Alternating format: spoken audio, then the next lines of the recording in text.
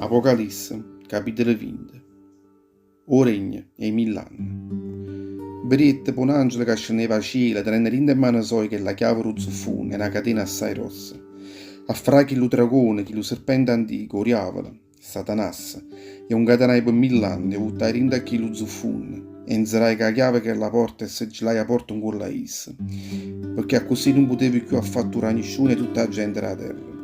Zino a quando non saranno passati quegli 1000 anni. Dopo che saranno passati questi 1000 anni sarà sciolto per un po' di tempo. Poveretti tutti quelli che stavano assettati in coppa al trono, e Dio verrà dal loro potere e giudicherà tutta la gente.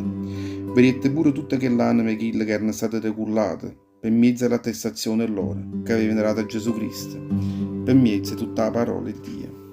E vedete pure tutti quelli che non si erano mai addenocchiati, innanzi a chi lo mostra, innanzi a chi la statua soia, e non devono in fronte, in coppa in mano, chi lo mirca e chi lo mostra. Tutte queste anime tornarono a campare e a regnare insieme con Cristo per 1000 anni.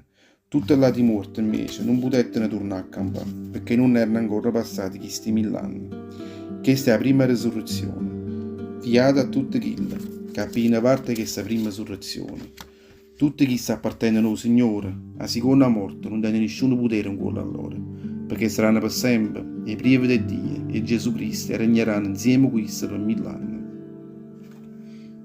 A disfatta definitiva.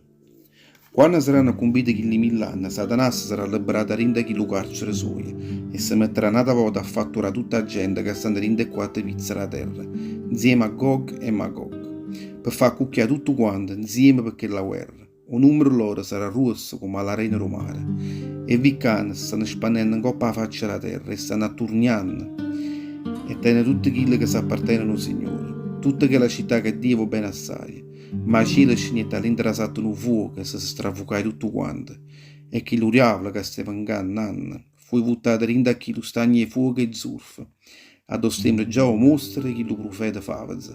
Là dentro saranno regnute i dormienti e i giuovi, notte e giorno, per tutti i secoli, dai secoli. L'ultimo giudizio.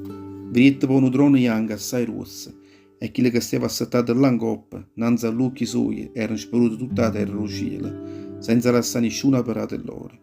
Poveri e tutti quelli che erano morti, rossi e piccirilli, che stavano allerta innanzi al trono suo, furono spaparanzati i libri e fu aperto pure un altro libro, che era il libro della vita.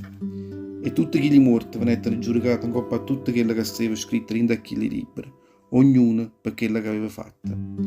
O mare restituette tutti quelli morti che teneva stipati dentro a essa, e stessa cosa facette pure la morte, che restituette tutti quelli morti che stavano dentro il regno suoi. Ognuno fu giudicato per tutte quelle che loro avevano fatte. Poi, a morte o regno dei morti, furono buttati dentro a chi lo stagno di fuoco. Questa è la seconda morte, o stagno di fuoco.